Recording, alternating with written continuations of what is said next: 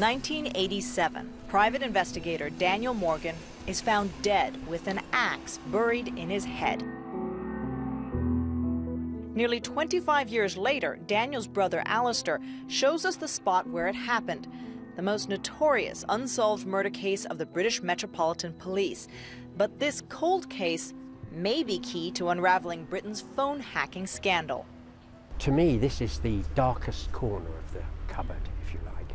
And anybody who seriously wants to clear this up, which our government says they want to do, we've heard lots and lots of promises and undertakings on that. Well, I say if you don't look into this corner of the pigsty, for want of a better word, then you are not going to clean the place out, you know.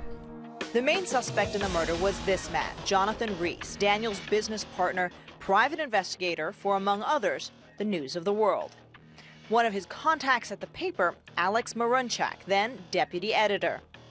Rees openly boasted of using corrupt cops in his business, but despite 6 separate investigations, attempts to prosecute him for the murder failed. In fact, in March this year, the Metropolitan Police apologized to the Morgan family, saying it is quite apparent that police corruption was a debilitating factor in that investigation. This was wholly unacceptable. It gets worse. In 2002, senior detective David Cook was tasked with investigating the Morgan murder when he became suspicious of several vehicles parked outside his home, registered, it turns out, to News of the World. Whereas police had evidence that Cook and his wife's voice messages had been hacked while investigating the Morgan murder. Police confronted News of the World's editor at the time, Rebecca Brooks, naming Alex Marunchak as the one responsible. David Cook's lawyer says the paper gave no explanation and the matter was dropped. It's like a novel. I mean, you couldn't write better fiction.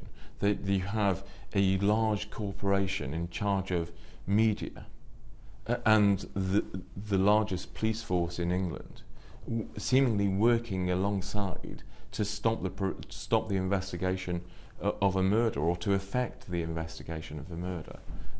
You couldn't write it better than that. Labour MP Tom Watson put it more bluntly to the investigating parliamentary committee. News International, he said, had entered the criminal underworld.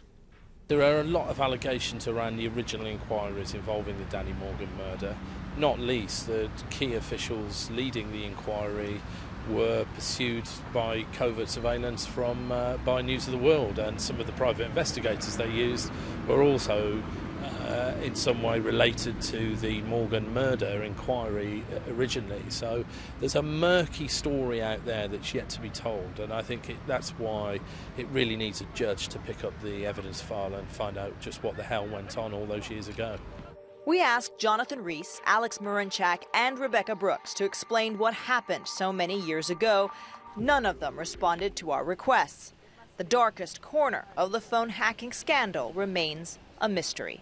Atika Shubert, CNN, London.